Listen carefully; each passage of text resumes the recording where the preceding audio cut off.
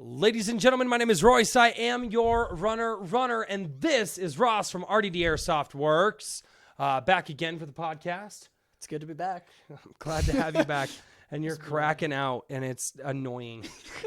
All right. I love you too, buddy. As always, guys, we're going to do Q&A at the end. So if you have any questions, please, by all means, save your questions until the end. We always love to answer questions and get the community involved in these live streams. That's part of the reason I do them live, and I don't pre-record them. Also, for those of you who are in Colorado and you are going to Chernobyl 6 out of APC Outdoor, I want everybody to, when you sign up for Chernobyl 6 for APC Outdoor, whenever you put your first and last name in, so like if I'm signing up and my first and last name, so Royce Sandin, and then runner in the same box that your name goes to. Now, that does not get you guys any extra special perks for the field, sadly, but what it does is it lets them know that I sent people to them, and they will sponsor me into the event if I can get enough people. Also, we will be doing the 250 subscriber giveaway. At this point, it's probably going to be like a 350 subscriber giveaway. I have no idea. But I got the flu, and I couldn't. That's why last week there was no live stream, and that's why videos were very not so happening this week. Full disclosure, he called me like, "Hey, so the podcast tonight." And I'm just like, "Dude, you sound like trash. Are you even alive?" I had 101 degree temperature, and it was He was legitimately dying. This is not a sob story. Yeah, that kind of hurt. He's not that good at acting. That kind of hurt. That kind of sucked. So we're gonna hammer it out. It's gonna happen. Yeah. So we are gonna do, and obviously this is Ross from RDD Airsoft Works. He's one of the sponsors of our 250 subscriber giveaway. At this point, guys, we have over $300 worth of stuff to give away because another sponsor entered into the giveaway, which is actually the guys who were sponsoring me in for APC. They're going to give away an APC out t-shirt, and then they're going to give away 4, and this is to one lucky winner. So one lucky winner is going to win a t-shirt and 4 50% off passes to get into any of the APC fields in Colorado. So that way you can bring your buddies and you can get 50% off going in. I have to get like coupons and stuff like that. Is that 50% off valid for Chernobyl? No, not for Chernobyl. Oh, so I'm out. Bye. All right. Skylar Grimm, what's going on? Richard, what's going on? Richard actually confirmed a really long shot with me with Nightmare. So that was really cool. Up top. So, no, Richard. No, no, but up top. Richard confirmed it though. Fine, Richard, right, up top. You'll roll with it. For those of you who don't know, this is Ross from RDD Airsoft Works. He is the person that built Nightmare, and that is the entire subject of tonight, what he did to build Nightmare and leading into like what he can do for you. But before we get into that, Ross, what is RDD Airsoft Works and what do you do there and what's your goal for RDD Airsoft Works? Oh, God. You didn't tell me you were asking me those questions. Yeah. No, we're asking the important questions tonight. No, the same thing as what you basically gave for the 250 subscriber promo. So yeah, and just talk to the people. Awkward silence. Talk to the people. Okay, so pretty much what RDD Airsoft Works is, it is a pro shop, a small run pro shop. Right now it's just myself, although expansion is occurring, hopefully. We'll see where that goes. Basically what we do is focus on upgrade and repair work for rifles, and we do some customized stuff too. I keep saying we. Why do I keep doing that? You know what? We're going to roll with it. It's we. Yeah, From now on, it's we. We focus on high-performance upgrades, repair work, and a lot of custom stuff. I know some of you guys are watching right now. We're at the Airheads giveaway. You guys saw the UMP we did. So the idea is for me, I want to try and take things above and beyond what others can do. I want to take things above and beyond what anything else you can get in the States, or at least locally. There's other people out there doing the same thing I am. I'm not the only one. Yeah, but locally in Colorado. Yeah, in this area in Colorado, the things that you're not going to be at, if you go to another place and ask for it, they aren't going to do it. They aren't going to want to do it, or they don't have the capacity to do it. So that's the idea. My goal is to try to bring to you guys the kind of rifles that I like to play with when I'm out in the field, the stuff that you've not been exposed to. Yeah. To be able to give people the best build for them, the best build for what they want to do, their play style, their performance goals, cool stuff that you can't get, and just continue to expand. You asked about future. Ultimately, I want to start full-time production, too. I'd like to start putting out like full-on custom stuff. And I know the one thing that you were looking at, because there are a lot, especially in Colorado, there are a lot of airsoft players out there that have the one-off rifles, the one-off, and you can't find aftermarket support for those things. Yep. And so I know that that's one thing you've talked about is really trying to provide aftermarket support for the replicas that can't get aftermarket. Like for instance, like my Masada, I got lucky. I was able to buy all of my parts before they started like discontinuing them. How many aftermarket parts do you know of for like Thompsons? I've never looked into a Thompson, so I have no. I rest my case. Yeah. But that's the thing is you're looking to actually do custom built CNC'd aftermarket parts for a lot of the kind of the special snowflake guns that a lot of people like to run. Yeah. Because let's face it, not a lot of people with like the to run exception 'cause of they me, don't I think work. everybody has an M4, but there are a lot of people out there that have. Yeah. But there are a lot of people out there that have, and let's just face it, the Masada and the Scar, they're just the Barbie dolls of the M4 world. I have M4s, they're just not labeled that. Yeah. But I think that, and I really think that's a noble goal, is trying to give aftermarket support to those replicas that don't have it. And I'm really super glad about that. That's stuff that I'm currently pursuing. Nothing is confirmed. Nothing is out there. That's why I haven't really elaborated on this too much. I don't want to make a promise for something that isn't going to happen or may fail. Right. But that is But that's actively the goal. pursuing and prototyping and trying to bring parts out there. That is something I want to do, and then ultimately produce high performance versions of some of these rifles, so that we have people who want to run something different, something unique. Don't have to have a Crytek M4 or an Umbrella Armory M4 or an RDD Airsoft Works M4 to have a high performance gun. They can have a Thompson, a G3. Love you, Zeb. I know one of the replicas that I really, really want to see you do, and I have to find one for inexpensive, and I will. Okay. But my favorite, my favorite replica of all time, and because it's kind of like a nostalgia trip for me, is the G36C. And I want to take. We talked about this. Yeah, and I want to take. This is 100% doable. Yeah, no, well, that's the thing is it's 100% doable, but you don't see a lot of it, and I want to see that, and I want to have a Let me G30. make you Stop touching me. Welcome to the podcast, guys. Oh It gets my weird. God. All right. Well, And that's the all end of the that show. being said, guys, this is RDD Airsoft Works. This has been a great podcast. All right. No, but in all seriousness, so we are here to talk about the M14 EBR sitting in front of you tonight. Also, quick shout out those HPA BBs. Those are 0.4 and 0.45 gram HPA BBs that I buy from Big Red Airsoft. He's actually the only place that I buy BBs from, unless he happens to be out of stock of the BB that I want at the time, which is generally 2.5s.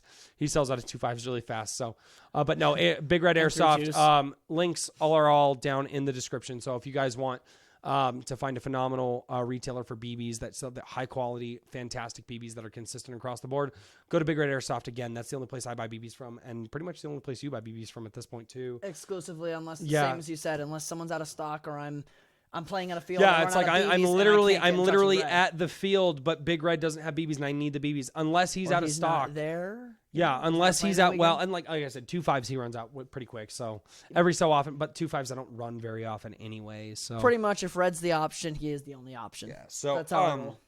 And I have an inventory rule. I keep an inventory in the shop for him at all times. So yeah, and he actually get a hold of RDD Airsoft Works. Yep. So if you want to support Big Red, he actually does carry an inventory for Big Red. So, Yep. But those are the BBs you're seeing in front of you, and the replica you're seeing in front of you is Nightmare, and this is my M14 EBR. And let's get into let's get into where Nightmare came from, not the name of the replica itself.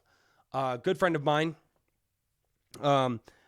Needed some cash and was hard on his luck, and this replica was one of his first. I think he said it was his first replica, and he didn't want to get rid of it, but he really needed the money. So one of my best friends from high school, Convoy Bebop, you guys will see him in a lot of the live streams down in the comments, used to be Project Mayhem, also known as Bill, aka he has a lot of AKAs, but he had the money at the time, and I was like, man, I would love an M14 because I've wanted one, but I just don't have the cash. And Bill was like, I got the cash. Here you go, man.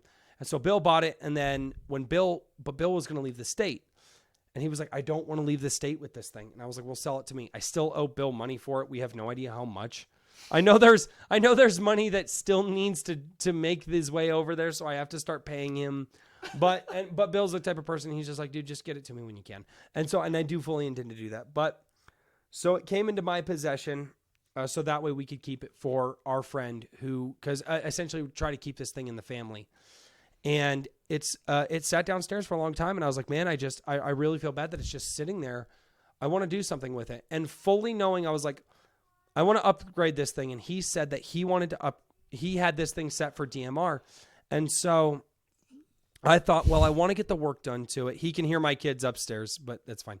But I talked with with Ross. Sorry, my kids are upstairs making all kinds of noise. I talked with Ross and I said, here's the deal. He said he had this thing set for DMR, so I want it to be a DMR because that's what he had it for. Fully knowing that if my buddy ever comes back to me and says, man, I really miss that thing, dude. I loved that thing. I'm just going to go here. Surprise. No money. Here it is. Well, and he knows about this too. He knows. I've told him. I was like, here's the thing, dude. Like, should have kept it to yourself. But because, again, it was just to keep it in the family. So if he ever wants it back, he can have it back and, and all that. So I started talking with Ross, and a lot of people were telling me about his builds, what Ross could do, and so on and so forth. So I called Ross. I was like, all right, man, talk with me. I'm probably one of the few people in the state. There's not many. There's probably about a dozen people in the state that can understand everything that's involved in teching the way that we do. We're going to try and fix that tonight. Yeah. And let's open the horizons a little bit. So I called Ross. I'm talking to him. I'm like, here's what I want to do. And Ross was like, yeah, dude, no problem, man. We'll get it fixed up. It'll be all right. And then I took it to his house and I dropped it off. And at this point, Ross. Oh, what did I get myself into? Well, let's describe why its name is Nightmare. That name is an understatement. What? All right. So I give you the thing. I think you had it for almost 2 months, which is not his normal Famous turnaround last time. words. This will be a piece of cake. I'm looking forward to working on this. I can't wait, man. I am so excited. Oh boy. Oh boy. I don't think he was. I don't think either one of us were prepared for this. I don't know what. I still don't understand why it was your gun specifically, and of all people, it would be you. Yes, it would be me. For the record, all the complaining I'm going to do tonight, I had a lot of fun building this. I really did enjoy building this, and I'm really happy now that you've gotten to field it and see it. Seeing your reactions and knowing how much you're enjoying it makes every second of it worth it. But oh my God, is it a ride. So what was the first thing? What was the first thing that you because this was the problem child. And I want to go through all the problems he had with this because that's going to tell people what he does to try to figure this out. So what's the first thing you break into? Remember everything. So what needed to be fixed in it? First off, it needed to not be your gun. I'm just kidding on you. All right, so we got into the gun. When I got into it, overall it was actually in reasonably good condition. Like it was still fieldable. Shimming was as you'd expect from the factory. It's like a 7-year-old gun. Yeah, it's 7 years old. It's Echo 1. They build a reasonable middle class gun, so they don't put a whole lot of effort into making sure it's perfect. But you're also not. It's not one of those you get what you pay for situations either. You're getting a decent quality product for what you're paying for it. Mm-hmm. So when I got into it, it was actually in reasonably good condition. The piston wasn't valleying like I was expecting.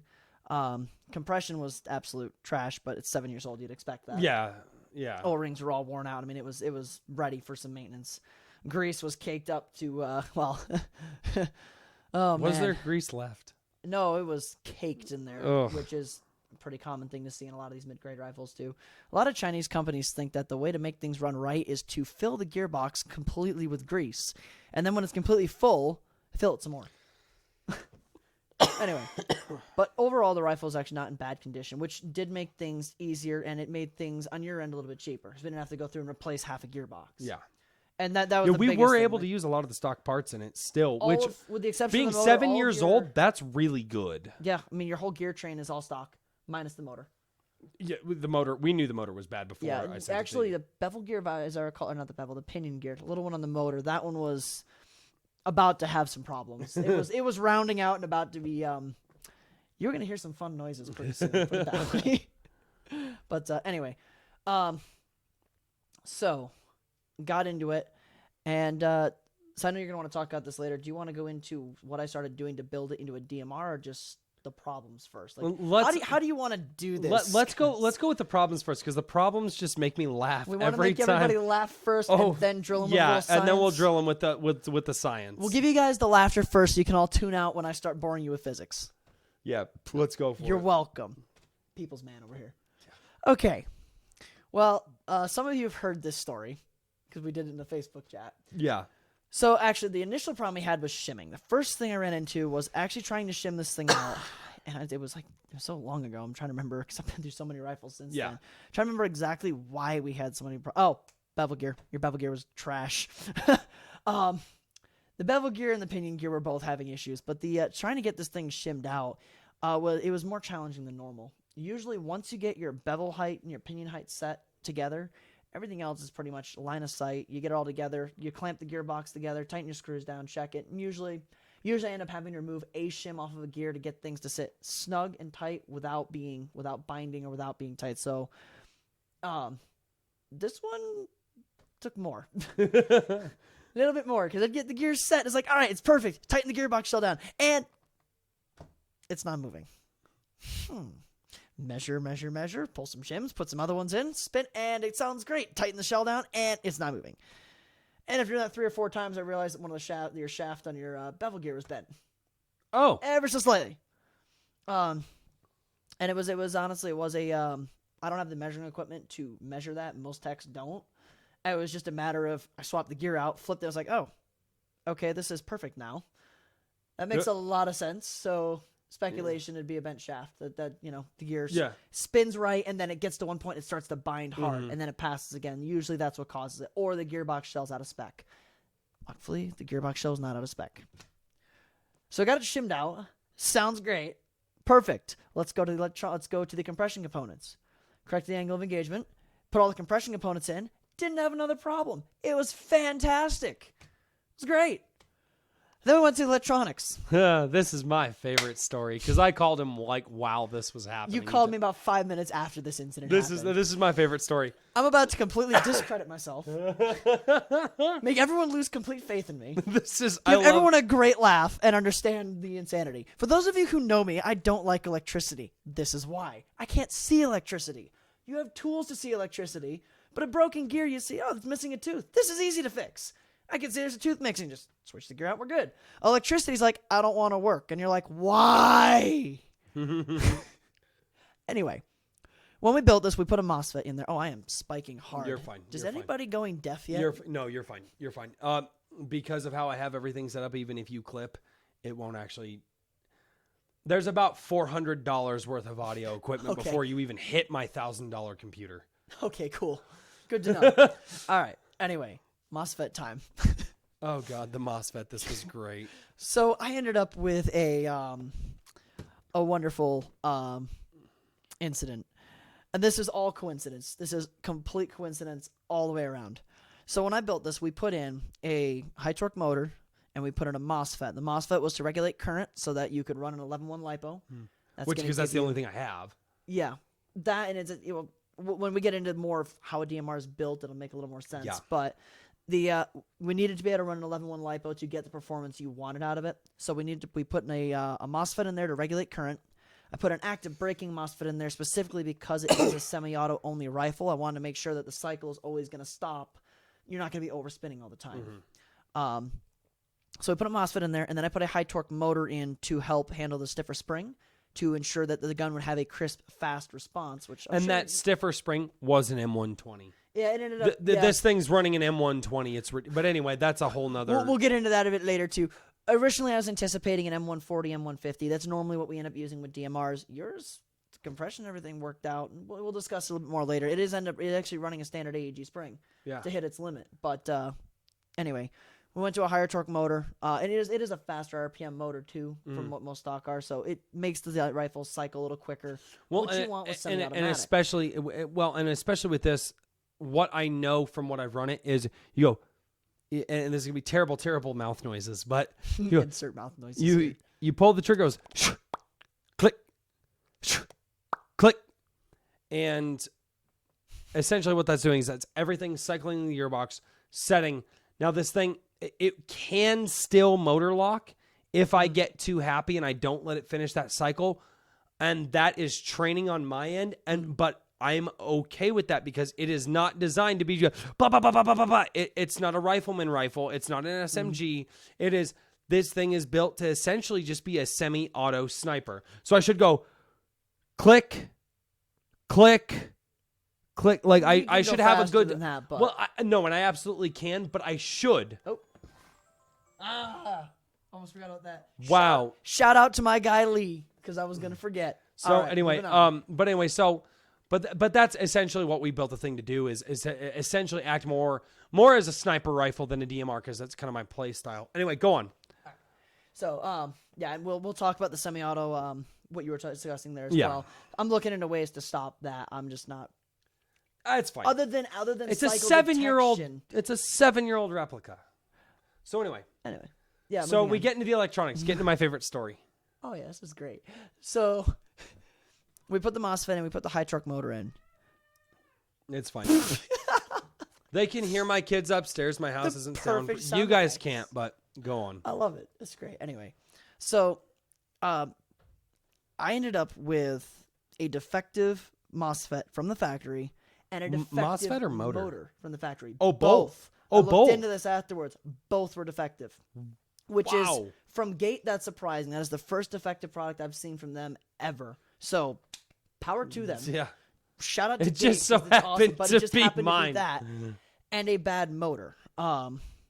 So long story short, the motor shorted, and your MOSFET's supposed to help protect against this. It's actually what your fuse does in a The normal motor AEG. didn't short. The motor arced positive to negative. Effectively, it's a short. It arced across itself. Yeah. Anyway, your fuse in your normal AEG normally blows the second your motor shorts, and that stops this from happening. That's what a fuse is for. Most of your MOSFETs have, or at least like the programmable MOSFETs and the smarter MOSFETs. So the Gate Pico active braking has a built-in fuse, an auto-resetting fuse. So that is supposed to trip and shut things off if it breaks. It doesn't have anything fancy in it, but it does. It's supposed to shut off if overcurrent Right. occurs. This one didn't do that. So between the MOSFET, Sorry, Holy my kid is screaming. Give me 2 seconds. Guys, I have to be back. Just entertain the people for a do you want me to continue the story or wait for you? Yeah, continue the story. You're fine. I'll just wait for you. We'll wait for you because he wants a good laugh. If there's anybody even watching left, I'm sure I've scared them all off.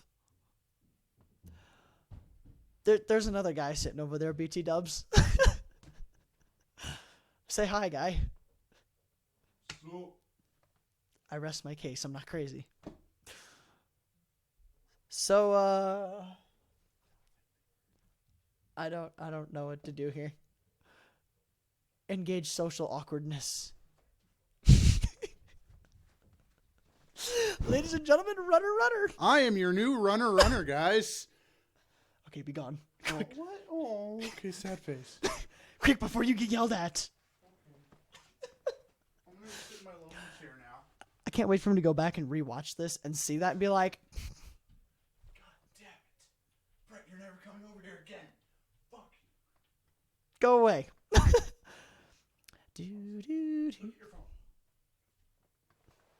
I just sent you the funniest. Is that why my phone's exploding? I hear a lot of buzzing over here. I should actually turn on the live stream so I can see the questions and people mocking us.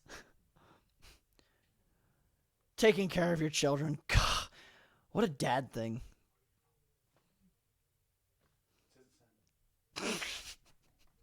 Yeah. God. Let's see here. Where is the live stream? Finding. Don't mind me, guys. I'm trying to find the live stream. I understand mechanical stuff. I don't do the YouTubes. Oh, hey, there it is. That was easy. Oh, hey, look, it's you. Oh, great. We're lagging. Good stuff. No, it's about a minute behind. Anyway. Old Fart says, hi, Foxtail. Let's see. Mike Medhurst is texting. Oh, my God, there's a lot of comments in here already. Chaz is, started already. Runner, running late. This is really entertaining. Royce? Are the children still alive? So apparently in Texas, there's alligators swimming around with a knife in its head. That's why you have me, Ross. What did Old Fart... Oh, snap. Old Fart's actually watching. Zeb, I love you, babe. Miss you. Come back to Colorado, you traitorous person. Dad, Let's you're trash. tell a joke. Oh, God. Okay, I need a good joke. What's the funny joke? My dating life. Aha! Okay, moving on. Let's see. You know, normally I've got the jokes like that, but I just can't think of anything now. You put me on the spot. I don't like this. Where is Bebop? That is an excellent question. Where is Convoy Bebop? Yeah, I don't know. I can give him a call. Bill, all right, sorry get guys. I back am on a the dad phone. first and an airsofter second. Loyal to your fans third. Yes. Oh, Matt the airsoft. Now you dude guys was in know there. where you stand. Give me. Don't worry, I entertained them. No, I do appreciate it. Where is? There's a lot of awkward silences. No, I'm sorry, guys. Like I said, I'm a dad first and I am an airsofter second. So, gotta take care of the kids. My boy had to go to the bathroom, and we tried to keep them contained. Be in the gone, thought. I love the commentary. We are live. People are asking. Figure your stuff out. Ross, I'm gonna beat you. That sounds like a kinky time, my friend. I also do know that Convoy Bebop has been sick as hell lately. Oof. So he's he gets better. there's might be a chance he's passed out. It's like 10 o'clock where he is right now. Is this Okay, cool. rated So PG-13 did or we already rated did we R? already We where were are we about to. We were discussing the what happened with the motor and the All right, MOSFET, and then go you for the ran away motor to and go be a MOSFET. dad, like a good dad. go for the motor and MOSFET? Okay, so basically, we're still not. Oh, you just got back. Good stuff. All right. So basically, what ended up happening, I ended up with a defective MOSFET and a defective motor. The motor shorted after some test firing. The MOSFET didn't stop the short, which burnt the MOSFET. The MOSFET caught fire. The motor started smoking, and next thing I know, my desk is on fire. Like yeah, the MOSFET caught fire. That's not a figure of speech. It actually physically caught fire. Like, little flame on my desk, just kind of growing, and I'm just like, okay, this is not good. Unplug battery, set it to the side, stare at it, and it keeps smoking and burning, and there's still fire. I'm like, okay, I'm a little concerned. So I took a towel. I took a towel and I started smacking it, and it didn't go out. I hit it with a hammer, and it didn't go out. So I grabbed the fire extinguisher, and I'm literally standing there. This is great. So I run the shop from home. So I've got family in there. So I run the shop. My little brother and my mom come out in the garage, and I'm standing there, poised over my desk. MOSFET's bonfire. It's not a big fire. It's the MOSFET's like that big. You probably can't even see that, but MOSFET's like that big. So it's like a lighter fire. But I'm standing there with the fire extinguisher, like, what are we doing here, fam? I don't want to pull this trigger, but so help me God, I will pull this trigger before I burn my house down. Let's go. And then it went out, and it was great. But you set my desk on fire.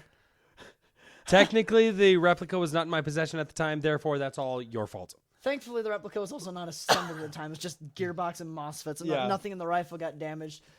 Do you guys have faith in me now? Yeah. I just closed my company So, with that story. So that was when I called him like 5 minutes after this happens. Yeah. And he goes, on my and- way to go bowling with Chaz Yeah. Garcia. I think after that you put it away for like a week after that. Yeah, at that Because you point, actually had to get parts again. I needed another motor. I didn't have another one in stock, you needed so parts again. So you get parts. It sits for like a week, and you it get sat the for a week and then electrical we got stuff, parts. and then we start to get into the air seal issues. He's over there laughing because he was in the shop the first time. Do they know that? Yes, Brett's they there? did. Oh, Okay, when okay. you want to go back Okay. and rewatch this video. I figured. You got fat. Okay, Brett, thank you. Love you, buddy. But Anyway, the air seal issues, and at this point, I'm pitching out ideas to Ross. Yeah. Now we are probably a month and a half ish in at this point. I think we were about a month and a quarter in because it took a while for the part that we needed finally. Yeah, to yeah. resolve the Oh, whole there was issue. parts because I gave him the thing. He was like, "Hey, we need this," and then he had to order parts. And Yep. a lot of the time period here was him ordering parts And waiting for 'em, specifically yeah. for this because it's old. They don't make parts for this anymore, so you Yep. have to have very specific things. We ended up actually having to make a couple of parts for it. Yeah. In the externals, there were, which we can discuss those Yeah. again later as well. And we so- did make some parts for it. And so he's trying to figure out the air seal, and we're probably a month and a quarter in at this point. So a month and a week. I actually resorted to the forums and reaching out to other techs. I mean, we're all any tech that says they know everything is lying to you or is lying to themselves. Yeah. There is no shame. I will be the first to tell you guys, I have no shame in reaching out to the forums to see if someone else has done something I haven't or somebody knows something I don't. I have learned things that way. I have continued to learn things that way, and I've helped other techs that way too. Yeah. So I reached out to the forums, nothing. No one had a clue. So I remember Ross is telling me, he goes, dude, he's like, it just won't shoot. I don't know why. Well, and so I called him, and this is gone. Clarify what we mean by that. No. But no. We will. Okay. But it like, okay, it'll launch a BB like 50 feet. And then it'll launch one into the moon. Yeah, and then and he's like, I don't know what's going on here. And I called him one night, and literally he got to a point where he actually, because he had orders stacking up behind my gun, because it got to a point where he was like, Royce, I have orders in front of yours. And then when he got to mine on the list, he started working on mine, and it got to the point where I remember you told me, you're like, dude, I have other orders stacking up, and I put it down for a week. Mind if I set this thing aside and I understand. You have other, and they're M4s. He can. I know this guy. I've literally been on the phone with him. He's pulled an M4 apart, put it back together, perfectly working in like 45 minutes. Like, this thing's been here for like a month and a half, and I wasn't using it beforehand. So I call him one night, and I was like, hey, dude, just because I'm always calling him like, hey, status update on the M14. Like, because at this point, if we need to scrap it, we need to scrap it. It's fine. It'll just hang on the wall. Nope. It'll be ready. And he was not ready to give up. But I call him, and I'm like, all right, dude, on a scale of like, because I know you've worked on other M14s, on a scale of 1 to 10, like how bad it was my M14 to work on. And I've never heard this guy outside of one other, and this was a personal thing, but of one other personal moment in his life sound more defeated than this. And he goes, honestly, dude, your gun's a fucking nightmare. and as soon as he said that, I was like, if this thing works, I'm going to name it Nightmare. And he's like, I don't know what's wrong with it. And he's telling me what's wrong with it. And I'm like, what about this? Have we thought about this? And he's like, man, I don't know. And so and I know for about 2 weeks we were going back and forth. Yeah. Because I'm trying to just ping pong ball ideas off of you. God, and I'm not, I've got a wealth of knowledge on me too. Like, I'm not. And so I am thinking of the most obscure things. Could it be the hop up lips? Could it be, what was the actual problem? How many buckings did I go through? Like I think you went buckings? I want to say 4 or 5. You went through. We tried 4 or 5. I mean, stock bucking, Crytek bucking. And the other thing, this is the biggest mistake I made with this, and I will never make this mistake again. I did it once, and I'll never do it again. Is I didn't test fire the rifle beforehand. So I don't. He took my word for it, but he's also a friend of mine. So it's the biggest. I didn't realize. I didn't know. Is a lot of people have different ideas of good performance. A lot of people have different ideas of what they think is good performance, what they like in performance. And here's the thing: is when I handed this thing to Ross, I told him it had decreasing performance from the time I received it to the time I gave it to him, and I was able to give him chronograph numbers. Yeah, which they were lower, but they were lower. I was like, it started here, it went to here. So Ross immediately goes, okay, there's something. Air seals. Yeah, I think it was the first thing we said. Yeah, but I didn't test shoot it first and really understand where the rifle was. So I don't actually know if these problems we were seeing were there before I started working on it or not. Or I didn't know. I suspect they were now that we know what was wrong. Knowing what was wrong with it, yeah, I would have. So that's what. Never. So what was the actual problem? Why wouldn't the thing shoot? So they ended up, to clarify, when we say the thing wouldn't shoot, the gearbox is cycling as it should have been. Oh, yeah, the gearbox is cycling correctly, but the range on it, it's a DMR, and we weren't getting more than, out of really any BB, in any weight, anything I put through there, the weight range was like 50 feet. And then all of a sudden I had one that would go nice and straight out to the edge of a fence, which is 180 feet, range found and taped off. We got 180-foot range. We'd get one that would sail right to the end, beautiful. Next one's flying up to the sky. Next one's flying to the sky. Next one's dropping at my feet. Next one's going to the sky. Next one's going down to the ground. Always straight, but they were going it completely all over the place. It's like I've only seen this one other time before, and it was years ago. And that was a torn bucking lip was what caused that. But we'd been through like 4 or 5 buckings. Yeah. Well, I think I was on the phone with you when I discovered it. I'm on the phone with him. Because at this point, because both of us were like. Okay, and we're just spitballing ideas. We're like, what's going on? Because I'm calling him every day. I'm like, Ross, did you figure it out? Have you thought of this? And Ross is like, thought of that, not in the way you're thinking about it. But I don't. Let's try. Yeah, let's. Yeah. Or we tried it. Yeah, like literally, like, I'm a lesser tech than this guy. And at this point, this guy's like, He's honestly listening to like what I'm throwing at him, and I am definitely a lesser tech than this guy. And I'm like, what about this? What about this? And well, no, I haven't worked on the replicas that you have. There's no. I know, but I don't yeah. I don't like to be looked at as above anybody or better than anybody. But all right, fine. Come and do my job for a living. Okay. You can't. You can't because you don't know the job. Fair enough. I can tech on my own stuff, and I'm comfortable teching on my own stuff, but I can't tech on somebody else's stuff. You can do that because you have the experience. Fair enough. I don't say that I'm a lesser tech than you because of any other reason than you just have more experience than I do. Okay. Now, Continue. give me a year's worth of experience. I'll give you a run for your money. I promise. But anyway, I digress. Challenge accepted. But I'm literally, and he's honestly listening to me because he can't figure it out. What was the issue? Let's get it. What was it? What was the issue? Why couldn't the damn thing shoot? Hold my beer and watch this. Just kidding. He just goes careening into the camera. Right. Hold my beer and watch. We have the attention span of gerbils. Okay, anyway. Live stream over. I'm on the phone. I'm on the phone with him, and we were actually I'd picked the gun up because you called me. I was like, all right, let's take another look at this.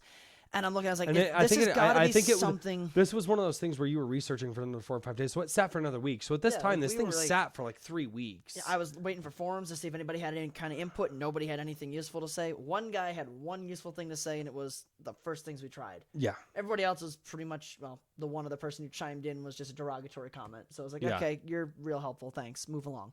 I'm sitting there looking at. Nope. Okay. So I'm looking down the barrel, actually. So we'd pretty much gotten to the point. The problem with it was something with the air seals. We were losing air somewhere.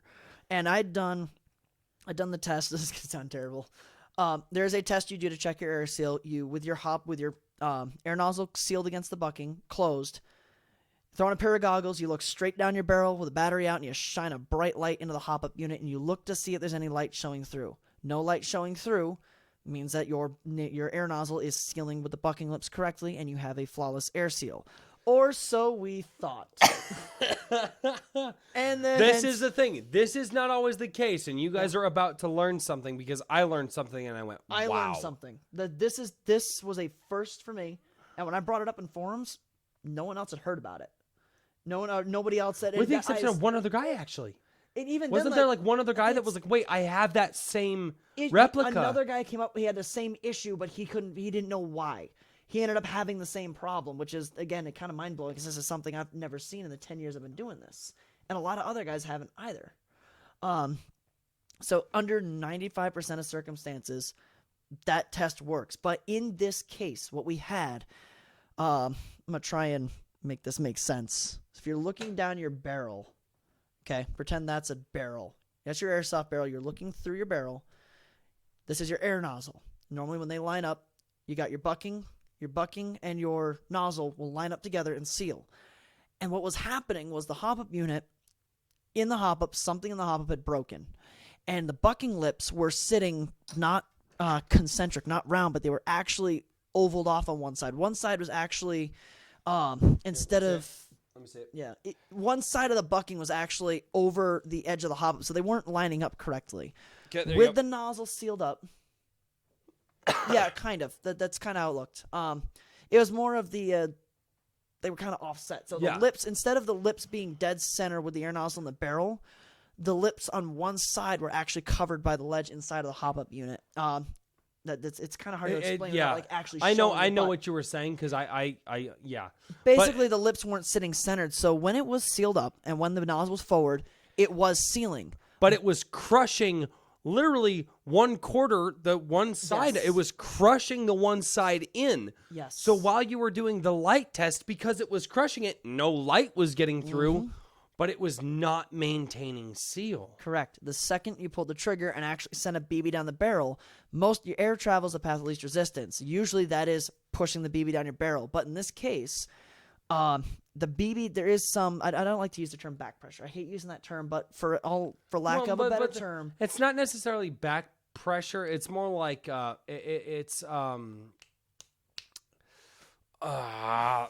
back pressure is not a good term for it, but I know what you're talking about. It's like, well, the BB actually provides air pressure. There's pressure pushing back because the BB is not allowing all the air to just shoot past it. And basically, once there was enough pressure behind the BB to allow that bucking lip to open up and let the air shoot right back past it. So that basically the air was easier to able to escape easier going out behind the air nozzle than it was pushing the BB. Every now and then we got a good seal, and that's why the BB would sail. What? So Shoot. why do wide bore barrels work? If That's a great question for the Q&A section. Yes. Well, actually, I will address that in the Q&A because they're interesting. Type it down on the thing. We're doing the Yeah. Q&A. Come on, So get that way on we it. can say, Give him the internet password. Make it live. Let the whole world know, or just text him. You've got his number. We have the Just technology. answer the question when it comes up. Okay. yeah, go. Anyway, that was pretty much it. So basically, we had an air leak at the Buckington nozzle, but because of how it was there, And what was causing it was the hop-up unit. The hop-up Exactly. unit was deformed. it had deformed, broken, I don't want to say defective because it worked for years. We know it did work for years. Yeah, we 'cause know it's it. Yeah. The kind of performance I was getting out of it before we fixed that, which ultimately the fix was we replaced the hop-up unit with an OEM Echo 1 hop-up. And the second I put that thing in, not a problem since. And you used it on the field. A lot of these guys have probably seen the video. I have It two speaks for videos up. itself. And so I have 2 videos up with this thing now. And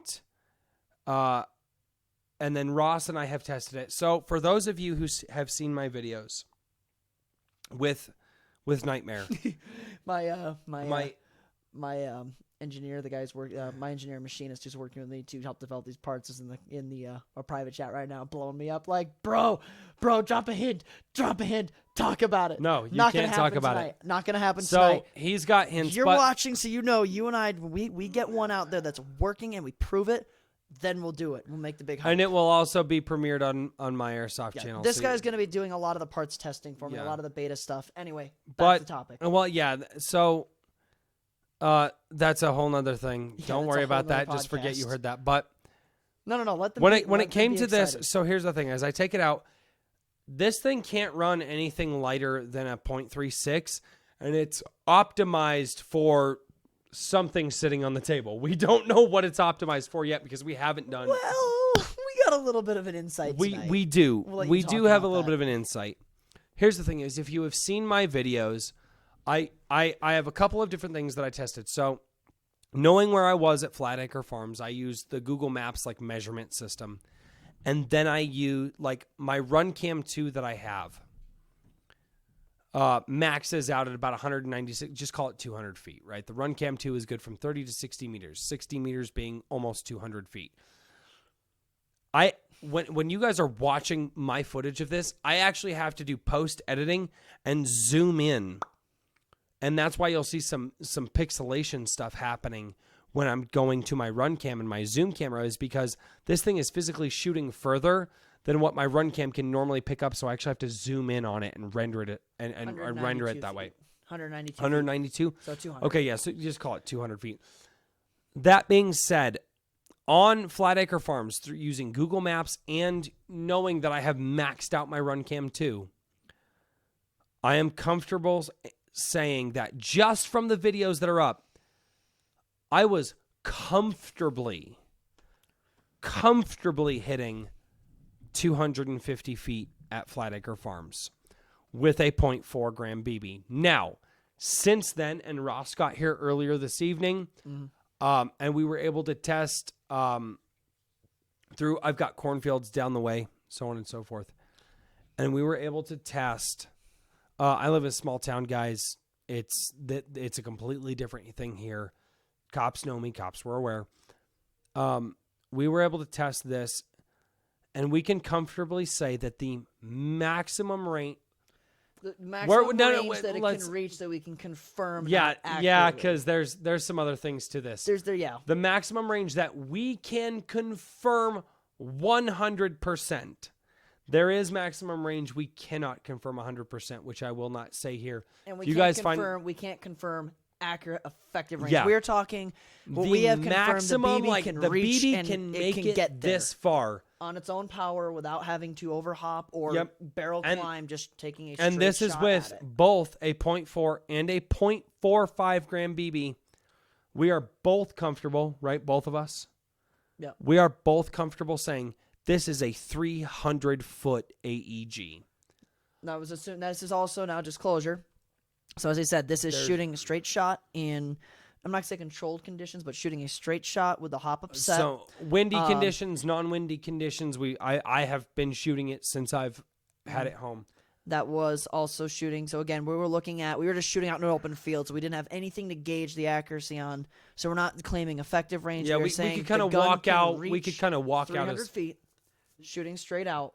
We did have some markers out there, posts and things. Range confirmed via Google Maps. So Range- we need to actually go and tape off. I don't even want to range find. I want to walk it off and tape it off. I would agree. And absolutely confirm. And at I some would point, agree. Royce will give you guys an actual, genuine, confirmed, effective range as he plays with it more, what it is capable of doing. Because range is great, but who cares if you can't hit anything out there?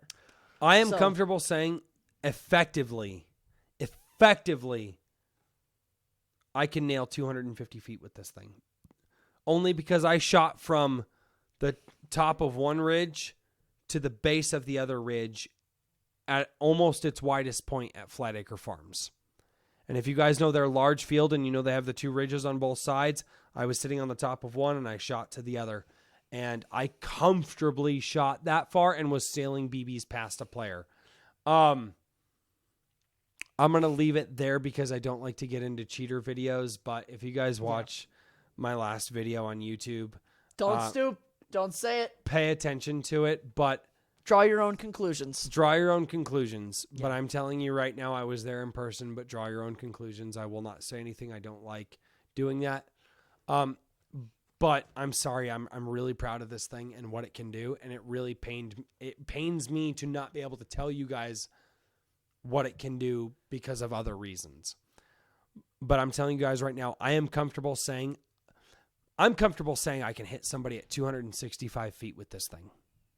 I'm comfortable saying that. That's a confirmed hit, correct? That is a confirmed hit, and that was using Google Maps and maxing out the range of my Run Cam 2, which we know, and if I maxed it out any more than that, it gets really pixelated, and that's Richard, who is in the chat below, and I was dealing with a hellacious crosswind and overhop. I love it. And overhop like crazy to deal with that. And Richard, I literally have a video, and I probably won't put it up because it's just very, very boring. But I was like, "Hi, Richard," and he waved back at me, and I literally see him. So I shoot a couple shots, and all of a sudden he goes, and he waves at me. That's and I was fantastic. like, "Dude, did I hit you?" And he walks back into the frame, and I'll just show you guys. We walked back into the frame, and Richard goes.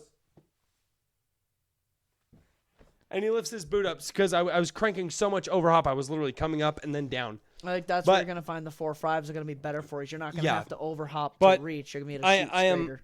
My point is, guys, my play style is more along the lines of a sniper, and it always has been. And I don't because of my personality. I just don't understand the rifleman play style.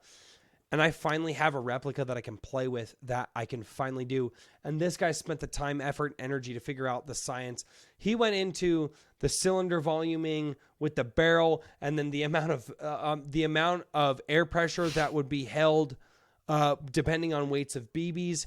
This guy went into some crazy levels of science that I understand and he understands that we're not going to get into here because this is an airsoft podcast, not a nerd podcast. We'll discuss a little bit about what this rifle does, and what makes it work. Possibly because we've been going, and we are actually into the Q&A section. We are gerbils with our attention span. Yeah, no, we're into the Q&A section. So, but this guy here has literally done, guys, and if you ever want to go, really, dude, really, come out, and I'll let you take some shots with it. You come out, you meet me on the field, and just say, "Hey, runner, can I take a few shots?" I'll let you take a few shots with it. That being said, my BBs are almost 3 cents a BB. As opposed to so I swear to God, if you 0.01. start shooting it like a rifleman, I'm going to punch you. I'm going to punch you. When you drop $45 on a bottle of BBs, Yeah. all of a sudden you care about Oh, them. yeah, no. These ones here, the ones this way, yeah, those are about $35 a bottle for 1,500 rounds. The ones this way are $40 for 1,500 rounds. And the 4.8s I shoot at 44. Oh my God! And they're still Go Red. That's still cheaper than Map. Yeah, Price. that's still cheaper than you can get them online. That's nothing wrong with saying that. That doesn't defeat anything. But anyway, So I digress. Because you just gave But the we prices have out openly, we too, have so. to Anyway, moving on. we have to run heavyweight BBs out of this thing, and we have to make sure that it's optimized. And heavyweight BBs, if you're running a high dollar replica, you have to have heavyweight BBs. And with that being said, before we keep going on, guys, we have definitely cut into your Q&A time. So if you guys have any Q&A down in the description, I want you guys to ask any questions that you need to ask to RDD Airsoft Works here, and see if you guys have any problems that he can solve for you on the chat, or if you just have any airsoft questions, go for it. Brett, what up?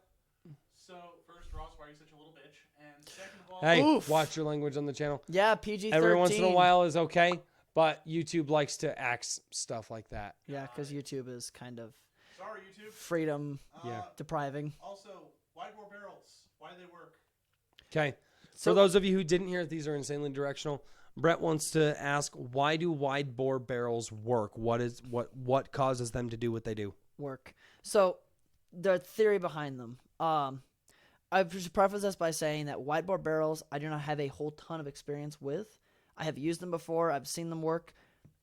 There's some theories to back it, but there's a lot of controversy. Anybody who understands them right now watching this is going to blow up the comments with controversy. The theory behind them is a wide bore barrel doesn't touch the BB. The idea is that it floats on a cushion of air because it doesn't touch the barrel anywhere. It doesn't have as much friction or resistance. It's able to fly farther, and it's able to fly more accurately because there's nothing acting on it. The issue with the wide bore barrel is you need a lot of air, which is why they're for the most part, they're generally reserved to HPA rifles because they can put the air volume down them. As opposed to a tight bore barrel, which does hold a tight contact around your BB. Your air doesn't escape past it, and it's able to push it. So you need less air, less power. That's why FPS goes up when you put a tight bore in them. That's the theory behind it. I'm not going to voice one direction or the other because I don't have enough background with them to say, yeah, they work, or no, they don't. I'm not going to be that guy. I'm going to avoid the controversy on this one. That's the theory, though. That's why they're considered. And they do seem, and I've seen them in some instances where the range is insane and the accuracy is insane. But his DMR with the stock barrel, which is a 606 or 608, something like that. It's 608. This one, yeah, this is going to be a 608. If it's as old as I think it is, it's going to be a 608. Which, by the way, 608, that range that we're getting out of it is, from what we saw tonight, and from the unconfirmed range that you and I will not confirm here. Yes, correct. The unconfirmed range, we won't. We're not comfortable saying the unconfirmed, but that's insane. I don't want anybody going bull because it probably is bull. We need to really thoroughly test that before making a claim. So moving on. But here's the thing: is you and I know what these things can do. I still don't believe that. I'm not sold on it. Anyway, I'm like teasing him. Yeah. All right, so Zeb is giving me a little crap right now. Old Fart Airsoft, and by the way, guys, if you don't know Old Fart Airsoft, you need to follow him on Instagram, Facebook, and YouTube. Old Fart Airsoft is a phenomenal player on the field, off the field, and his pictures are phenomenal. Old Fart Airsoft, just so you know, start doing video again, please. Anyway, I digress. He doesn't do video anymore, and it pisses me off. Oh, you guys didn't even hear my dad voice. That's cute. Anyway, so yeah. Old Fart Airsoft needs to get back into the video game because I love his videos. He is such a phenomenal player, and it does an injustice to the airsoft world not seeing him play on the field. You did what, Zeb? All right, so Old Fart Airsoft. It's nice having higher quality firepower, isn't it? Only when you can afford it. And if you can't afford it, that's the thing, is like a lot of and I know what Zeb's going at here, because I do pride myself on what I'm able to do with my budget stuff. But the fact of the matter is if I had expendable income that I didn't care about, all of my replicas would probably tune to the 9s right now. They would be, but I just don't have it. But yes, it is really nice. Phone away. Jesus, guys. Okay. Not you guys. Matt the Airsoft Noob. How is that AEG of yours field legal? And then he puts in parentheses. I was thinking maybe that you needed more power for that range. So for the fields that we have here where we live, They have several different. You have your standard rifleman, which has no minimum engagement distance. Okay, you are allowed to run up to somebody and shoot them point blank at semi-auto, no problems. Then they have a DMR classification and a sniper classification. Now, the fields that we go, you do have a med that is anywhere from 50 to 75 feet or 100 feet for snipers. Snipers are pretty universal at 100 feet. Mm-hmm. But for the fields that we go to, I either have to stay back 50 feet, which means I cannot engage somebody inside of 50 feet, or the other field that we go to, I cannot engage somebody at 75 feet. And I am allowed 1.89 joules? 1.87 joules at airheads, 2 No, joules at... but I'm just saying 450, essentially 450 feet a second with a 0.2. That is a completely inaccurate thing once you start getting into joules. But essentially, we wanted to build a 1.85, let's just call it 1.85 joule limit replica. But that means I have to stay back. I have to stay as far, further back. I am not allowed to get up and get in someone's face. So my play style has to be long range. It has to be that way. Most of the fields too require you to carry a sidearm with no minimum engagement distance because of that med. They don't want you to have to make the choice to surrender. They want you to be able to keep going. Yeah. Or they tell you to just run back. I know a lot. I know some. I've been engaged in foreign fields. Like you get a young. I hate to point out younger kids. I really hate doing that because I rep the younger guys. Try to bring them up right in the sport so they can enjoy it. But I've had times that a kid's running a sniper rifle. You get in close and they still pop you, and you're like 20 feet away with a 2.5 joule rifle. Oh my God, that's only happened once or twice, but it has happened. Well, and with the younger kids, and you can assume that they're less experienced. Now with a guy like me. I'd and with a guy like you, no, I would expect somebody to swing their rifle at me and use it like a baseball bat. But I'd be saying something to a ref at the very least. But here's the thing: that's the point of testing the maximum range of a rifle like Nightmare, because I want to know.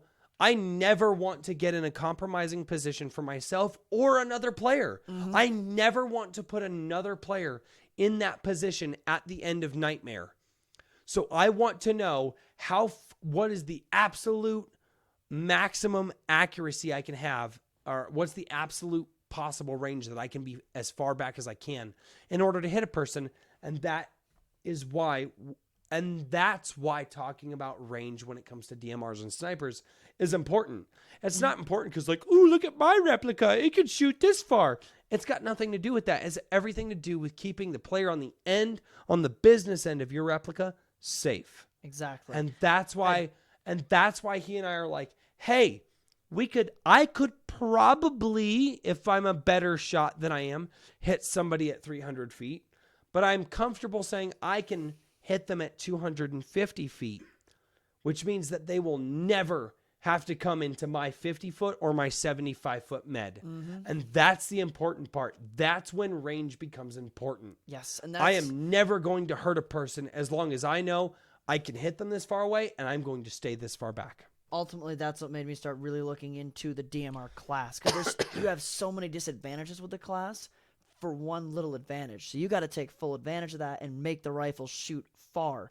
So what's the point of running a DMR that's shooting fast with a 50-foot med when you're not really getting any more range than a standard AEG or a standard rifleman? It's at that point, it's like, I'm thinking we need to apply the DMR methodology to my SCAR, but do it for rifleman limits. Yeah. Do you know what I mean? Because that range is just. There could be some air leaks or something in there. We should take a look at that at some point. Yeah, but there's my SCAR. It just, don't get me wrong. My SCAR shoots fine for a field, but I would like to. My SCAR, I would love to have about another 50 feet out of it in range. Got a question here. Okay. Mike, so FAF. Mike who? Mike Methurst. Oh, sorry. Mike Methurst. So to answer your question there, he asked, besides Go Airheads, who else requires a sidearm? Obviously, they're not around anymore. You'll have to answer that. Did Kiowa Creek require a sidearm? Kiowa Creek? No. So Kiowa Creek had a rule. If they had a DMR, you had to retreat or pull a sidearm. Okay. So if you did not want to retreat, you had to have a sidearm. And I actually engaged with a kid, and there's a video of it. Chaz Gordon's answering part of that question as well. But yeah, FAF is going to have that as well. Flatacre Farms, and as Chaz just pointed out, the Raw games. I up in also Rampart the Rampart require games. it, Which, yes. by the way, guys, if you haven't been to the Rampart games, which I Ryan's a did not champ. do those games justice. No. Because you have to change your mentality for them.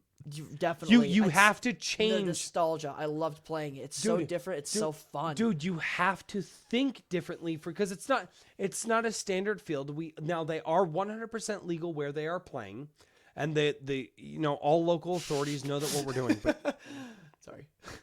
but yeah, we no, but sidearms. Yeah, people So, like a now baseball here's the bat. thing: is if you're running sniper or DMR at any field, you need to have a sidearm. Mm-hmm. Or I would actually, and something I'm thinking about, which will never happen because I don't have the money, I'm even thinking about like the MP7. Mm-hmm. Only because the small profile that it is, I can design a little half-ass clip thing that'll just clip up to like my chest. Have your friend there make a Kydex holster for it, even. Yeah, A lot of guys run those just SMGs. literally but run something that I can have mag capacity with it, or it doesn't matter. Just go out and buy a crap load of freaking magazines for my little VP9 that I have. I love my little VP9.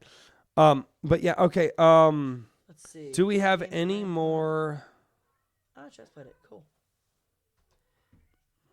Now we can discuss what we did with the hop up here until. Skylar Graham Colin still waiting for his Dickinson. SSG 24. Otherwise, I'd join you in Airsoft games because I love the sniper roll. The sniper roll, and here's the thing about the sniper roll. The sniper roll, Navrich does not play the sniper roll correctly.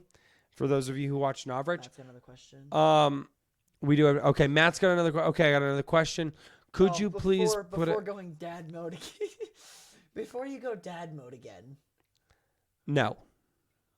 Deal with it. It's my live stream. I make the no. And I'm sorry, your guys. viewership goes to. I did one. that. I did that for a specific reason. Old Fart Airsoft needs to start posting videos again when he can. Hashtag grumpy airsoft. I'm not grumpy. I'm passionate. Is that what the kids are calling it these days?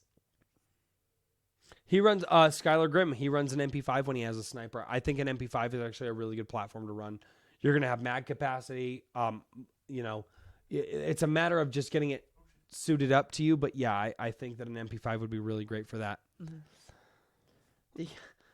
I run a Vector and a pet. Convoy Bebop is here. Yes! Oh Bill my made God. it! He used to run a Vector until he got Convoy rid of it. Bebop is here. But it's cool what you traded it in Oh, for, sorry. I'm not gonna lie. Convoy Bebop. Oh, you are a little late to the live.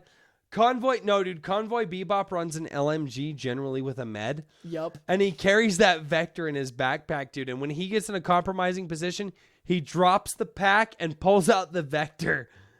And people are like, wait, what's happening right now? You have an LMG. You can't shoot me. And he's like, no, it's a Vector.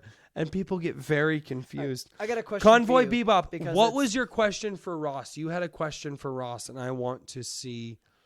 Oh, God, no, Chaz is asking. Mike Medhurst, Sorry, required sidearms. I'm sorry, I misunderstood your question.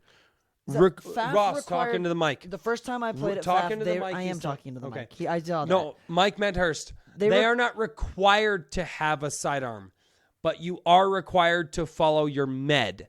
And so, thusly, if you are running a sidearm, you should be able to pull the sidearm, which should have no med, and be able to use that. So let me ask this. Is that a rule change, or is that then the instance I had with the Marshal who chronoed me? Because the Marshal who chronoed me when I went in, the field DMR rules were you had to be semi-auto locked, you had to have a magnified optic, and you had to have a sidearm. And he asked me when I went in, do I have a sidearm in order to meet the requirements? Now that may have been just the one Marshal. If that's the Now, case, then my they apologies. haven't I'm asked wrong me on that, but they one. could have that, but they didn't ask me that. Or they changed the rule, or it never was a rule and it was just a one-time instance with the one time I went. Yay, I know Bebop. Go Airheads does require it. Raw does require it. FAF questionably requires it. Then, I'm gonna look into that now because I'd like to know. Yeah, no, I would like to know as well. Chaz Gordon, what is your favorite gun to build, Ross? The fun one. No, oh my God, I don't have a favorite. I really don't. Like, M4s no? are easy, but I mean there are so many cool guns out there to build. It's for me, anything that I get to do that's different from an M4 is enjoyable. As far as an actual favorite goes, I don't have one yet. Doing this professionally has allowed me to get to play with things that I probably never would have gotten to touch. Example, If he's watching tonight, Aiden Liu is a good friend of mine out in Virginia. Played many Revelations events with him at Battlehack. He sent me. I got the privilege to work on his Real Sword Type 97. That was super, super cool, and that was one of my favorite builds to do. So Nightmare's not even a favorite gun. I don't really have a favorite build, but I have some memorable ones and some favorites. Nightmare is obviously one of them. That Type 97 was amazing. Nightmare is not for good reasons. There was another one I got to do. I'm trying to remember what it was. That's bad. I can't remember what it was, but it was wicked cool. What was it? Also, earlier when you were talking about vectors, Shoot. And Cowboy, I believe the Cowboy plays at Airheads, right? Bill, you haven't met him. Convoy Bebop is actually out of the state right now. Yeah. He played at Kiowa. He moved out of town not too long before. Go on. Sorry, but Convoy Bebop actually has this question. Oh, What's sweet. up? Because there was a guy who ran a vector with an LMG at Airheads, and that's the guy I traded to get the vector. Oh yeah. Oh no. Convoy Bebop won his vector from the EVIC Airsoft Black Friday giveaway when they were brand new. AW308. I'm trying to remember. Yeah. Okay, Ross, do you? Yeah, I saw the AW308. question. Wow. Clarify, because the AW308, that is a variant of the L96. Yes, correct? but it has weird. It's an L96, but it has Type 96 internals. Type 96 is a stoner LMG. No. It's I don't remember. Bill, comment, because that thing is confusing. It's very Bill, send it. Challenge accepted. If worst case scenario, I say, yeah, I don't know what to do with it and give it back. Basically, he's going to send me all his crap, and I'm going to take the crap. That's never happened before. Matt the That was the Airsoft News. closest one. When it comes to maintenance, which is the easiest to work on? Springer, battery, gas, HPA. HPA. Springer HPA. never needs maintenance. Okay, on that note. Well, no, because Springers do need to have O-rings replaced and stuff like that, which that doesn't. Springer don't need maintenance, Ross. The maintenance It's on this empty. is put it in the garbage and buy another one. Why? It's $55 Until I come and up it's with great. some crazy things to do to it. But it's $55. No. Anyway. Sorry, guys. It is empty. It's 100% empty. Because they were screwing around with it before. But no. Clarify the question. When you say Springer, are you talking about sniper rifles and things like that, or are you talking about Springers and that? Yeah. No, but this is I love this thing, and I just love bringing it on the show. This is $55, guys. The STF-12, the Fab Arms STF-12. If you want a really great shotgun for under $60, I freaking love this thing. It is so fun. Chaz Gordon was actually out when I ran it. I do, however, need a grip here because it is a mother to pull back. So, but it's fun. I'm going to answer 3 questions right in a row. For one, Bebop, send it to me. If it's Type 96 internals, even if it's a little weird, I can't imagine, and I'm going to regret saying this now, you watch, because Karma loves to shoot me in the foot. I can't imagine it be anything too crazy outside of what our standard L96 is. Maybe a couple of weird parts, but we'll take a look at it. There's some proprietary ones, but you possibly might have the ability to 3D print in the future when he sends them to you. You might have the ability to fabricate some parts for him, possibly, Yes. maybe. As far as the maintenance goes, it's depending on which aspect you're looking at. Springers, they're tied between Springers and HPA, and the reason I say that, unless you're working on a fusion engine, they're still easy, but there's a little more going on with those. SMPs are 3 parts. You unscrew the whole thing. There's the springs that are in them aren't under extreme pressure, so you're not dealing with heavy springs. You don't have things go flying everywhere. They pull apart. You clean it. You grease it. You put it back together. You're done. Sniper rifles, most of them, the bolt comes out without having to rip the whole gun apart. Some of them you still have to pull the gun apart to get to it, but once the bolt's out, you unscrew the thing on the front, replace your O-rings, re-grease everything, piece of cake. So for the most part, the complexity really comes into how hard is it to get the guts out of the gun. You're doing an HPA M14 or replacing O-rings on an L96, the L96 is going to be way, way simpler than anything you're going to do to that, just because of how many parts there are. When it comes to maintenance with And then AEG, I gotta answer. here's the thing: just clean your barrel out. You want to know what you got to do? Just literally just clean your barrel out once a month, maybe if you're in super dusty conditions, and you'll be fine. And every 6 months or so with an AEG, give it a little bit of grease, pull it apart, give it a little bit of grease. Mm-hmm. I mean, AEGs are actually really low maintenance. Ask me how I know. Store them with the spring. Yeah. The piston lock back. No, the AEG's built right. You don't have to do much. What do you mean by store them? Are you playing with them every week or no? Well, if you don't play with it every week. No, if you're playing with them every week, it doesn't matter. It really doesn't if you're playing with them every week. if you're All putting right, them away Bebop, for a long be period. safe. We love you, homie. Oh, When later, you're done. Bill. Richard Ross, had a what can we do as a question. customer to make your life/job I'm actually easier for Bill and project? What? that's the question I was about to go to. Mhm. That's an Go. interesting one. So the biggest thing to make my job easier is, I mean, if you have accessories and stuff on there, you can take them off. If the accessory is going to directly affect performance, leave it on there. But the biggest thing you guys can do to make my job easier is know what you want your gun to do, and asking questions to figure that out. Totally okay. Just knowing. The hardest thing is when someone's like, I want this upgraded. What do you want it to do? I don't know. Just upgrade it. Well, there's like a million different things you can do to change different performance aspects, and it's depending on your budget and things, depends on what we can do. So the biggest thing is when you come to me, if you're having something upgraded, you don't, I'm not looking for people to know what they want put into it, what they want changed, just knowing performance goals. I need this thing to shoot farther. This thing shoots 10 FPS. Make it shoot the limit. Make it where it needs to be. The accuracy on this thing is atrocious. Can you make that better? Knowing what you want performance-wise and giving me an idea of your how you like to play. If you are someone who's super fast and aggressive, I'm going to do things to make sure that your gun is going to respond quickly to you. If you're a DMR, fast trigger response is nice, but you For don't instance, need with to be able me, to spam 40 rounds a Let's second. let's use semi-auto. me as an example 20. because I'm Still. here. Shoot. But I call Ross. I say, hey, DMR, I don't need fast trigger response is what I told him because I don't. And you really And I was can't like, and anyway I- with the DMR and with it- the higher No, ratio and you gears. can't. But I was like, I need the absolute most effective range that you can get out of it. And Ross is like, dude, you're gonna need heavyweight BBs. And Stop playing. he was like, dude, you're gonna need heavyweight BBs. I was like, Ross, I want the absolute most effective range that you can get out of it. He goes, but Royce, you're gonna need heavyweight BBs. And I was like, Ross, I will buy the BBs if I'm gonna spend the money. And this is important.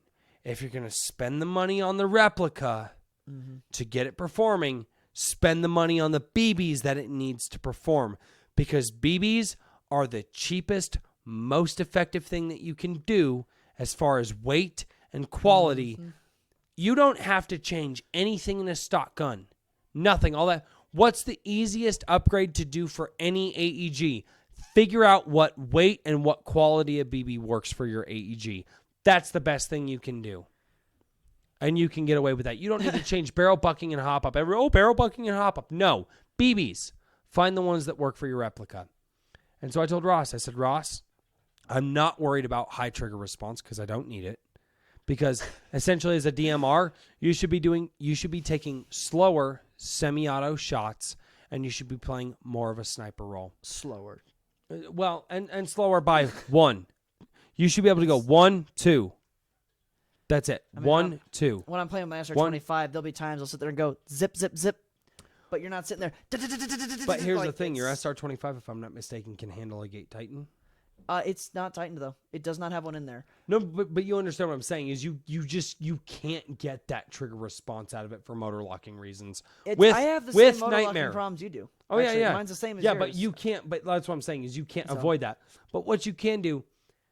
So when I went to Ross and he was like, "What do you want?" I said, "Ross, it needs to shoot. It needs range, and I want it to have pretty decent trigger response and so on. It doesn't need to go zip, zip, zip, zip, zip because it just doesn't need that. But if you know what your replica, and I told Ross, I said, Ross, it's going to need a new motor. It's going to need an air seal. It's going to need shim and grease. I told Ross, didn't I tell you most the of answer what it to Top Shot's question, by the way. Well, Just- Top just Shots. point. What's up, Top Shots? Just point. Just point. Keep going with your conversation. Just point. Top Shots, there's your answer. Actually, Top Shots, that's Nightmare. He gave it the name Nightmare. You dubbed it Nightmare after I complained about it and called it a No. Nightmare. You actually called it a Nightmare. And then you you said, named dude, it I'm that, not yeah. going to lie. Your gun is, and I don't like cussing on my show, but your gun's a fucking nightmare. Yeah. And he gave it the name. Top Shots, this was, from what he has told me, the hardest replica he's ever worked on. And it's literally here. This was the most pains that he's ever. At one point in time, the worst thing he ever told me was, Oh God, he told me this this up again. he goes, Embarrass me. Royce, because it's a problem you don't see. And he goes, I am questioning my ability as a tech and wondering if I should even be running a company. That's how bad this thing was. We didn't tell you guys all of the problems he had with it. We told you like 3 of them. This thing was in his shop for 2 months because it was just one thing after another, after not being able to find parts, after getting parts, after having to order parts. Like we told you guys 3 of the most notable because we don't remember the other ones. I remember countless phone calls of, I hate you. I hate your gun. Oh, I can't wait for it to be out of my shop. But man, was it worth it, man. Like I've said it before and I'll say it again. After all the pains I went through with it, after all the issues with it, after even, like you said, only because you don't play DMR right, Chaz Gordon. I love you, Chaz. If you want fast trigger response on a DMR, you're not playing it right. You need to do double tap and that's it. Do you got a battery in it right now? Yes, I do. Demonstrate some stuff here because you can. When I say fast trigger response, you can't get. I'm reaching for the freaking M4 selector. Oh my god, I am just. Hold it up to the mic. Anyway, so let's pull the mic out. To clarify here, because you can get reasonably fast on these, just not.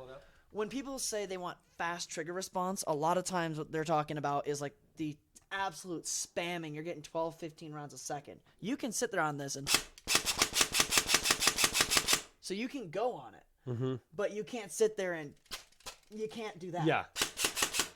Wow, it actually didn't lock.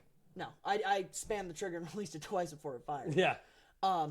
So it's the whole locking thing is at its all time. Later, Matt, the airsoft noob. Have a good one, man. So you can go quick on them. You know, you're not. That is the advantage of a DMR over snipers. You are. Trigger FPV, Phil Walters.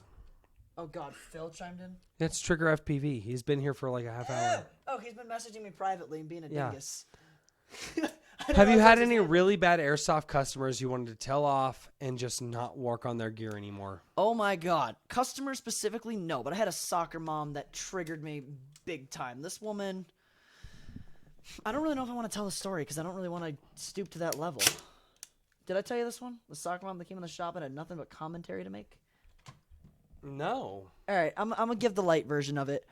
As we've said, right now I run the shop from Did she home. want to speak to the manager? No, she knew I was the only one running it. But basically, I had this So soccer she wanted mom to speak to come the in. manager. Yeah, she wanted to speak. She had the manager haircut anyway. Oh, did she? Oh yeah, Did she have she that? had the haircut.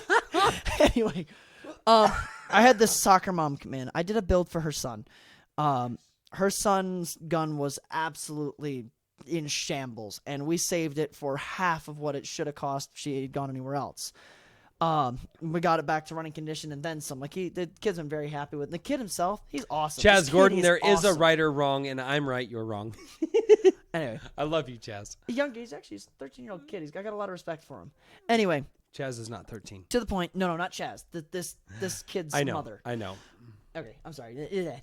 Anyway, so as you guys know, I run the shop from home. I do that for convenience. I'm able to work the hours I want to, and I can just go to bed 10 minutes after I get off work.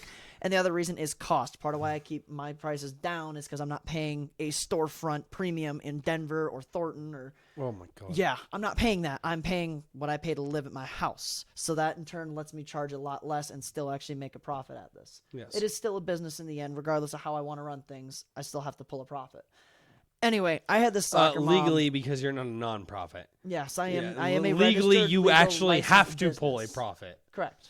Yeah. Because I still have to pay taxes. Yeah, business regardless, licenses. so- Businesses are a pain. Yes, the licenses are actually really cheap though. I Well, pay no, like $5 a 25. year to renew it. Yeah, I know. It's like, nothing. what, Anyway. $25 to get one? 25 bucks something to like get that. one and like $5 a year to yeah. It's sold Anyway, go on. Anyway, yeah. I had this soccer mom. Long story short, I run the shop from home, and she was just going off on me, saying how unprofessional it is to run a business from home, how unprofessional I am, how my shop's a mess. Yeah, it's a mess. It's my garage too. We get it. That's how it is. But it was this woman's going off on me, and this is after she had gone to other shops and been told it was going to cost her $300 plus to fix the rifle. We did it for $140. It was like $300 if she was going to Airheads. She was $300 if she went, or more if she went to Fox. And I told myself I'd never ever call it another company. Oh my God, what am I doing in my life? Okay, I hate doing that. I shouldn't have done that. But anyway, I don't care. I don't like to just. They're all doesn't good matter. companies. They're good guys. No, I don't like they're I don't good like guys. To compete in that They're way. good guys. They're good companies. But the fact of the matter is they have buildings and employees they have to pay for. Fair enough. You don't. Fair enough. Okay. I said I'd never say that. But I you're just not did. trashing them. Fair enough. You never Okay. trashed them. All you said was, I don't have overhead like they do. That's all you said. So Okay. don't feel bad about that. Fair enough. All right, we'll roll with that. Point in case, a lot cheaper than the competition, and this woman had nothing to say other than this is not how she'd run it. This is how you should do it. And I ended up telling her if that's the case, then go see somebody else. You're paying less because I'm running this from here, and go see the quality of the work. You got a 90-day warranty. If you have any problems, come see me. I've played with the kid multiple times since then. I see him out of the field, multiple fields all the time. His gun's still running like a champ. The kid is grateful all the time because he's like, dude, thank you so much for the work you've done. I have a lot of respect for this kid. One-time fluke, but that would definitely be the one customer I wanted to tell off. And I kept it professional, but at the same time, I was still like, if you got a problem with it, you can just go. You know what it would have cost you otherwise. So what's the complaint? What do you care? Anyway. They just want to tell you they can do better. All right, guys, we have been going for almost an hour and a half. This is one of my longer podcasts. So, guys, My bad. Ross, tell the people goodbye. Do I have to? Bye, people. Brett, get in here. Tell the people goodbye. Brett, get in here. Tell the people goodbye. Down, down, down, down, down, down. Yay, Brett. All right, ladies and gentlemen, my name is Royce. I am your runner. This is Ross from RDD Airsoft Works. This is It's Brett. been Don't fun, know guys. his last name, Airsofter Awesomeness. This is Foxtail. You are now Brett Foxtail. And thank you guys so much for joining us with this live stream. I hope you guys have learned a lot. I hope you guys enjoyed. And I look forward to seeing you all next time right here on Runner Next Runner week, giveaway. Airsoft. Next week, giveaway. 250 subscriber giveaway, which is not actually 250 subscribers anymore. I can't find the button. You done messed Guys, up, AA thank you so much. I look forward to seeing you all next week right here on Runner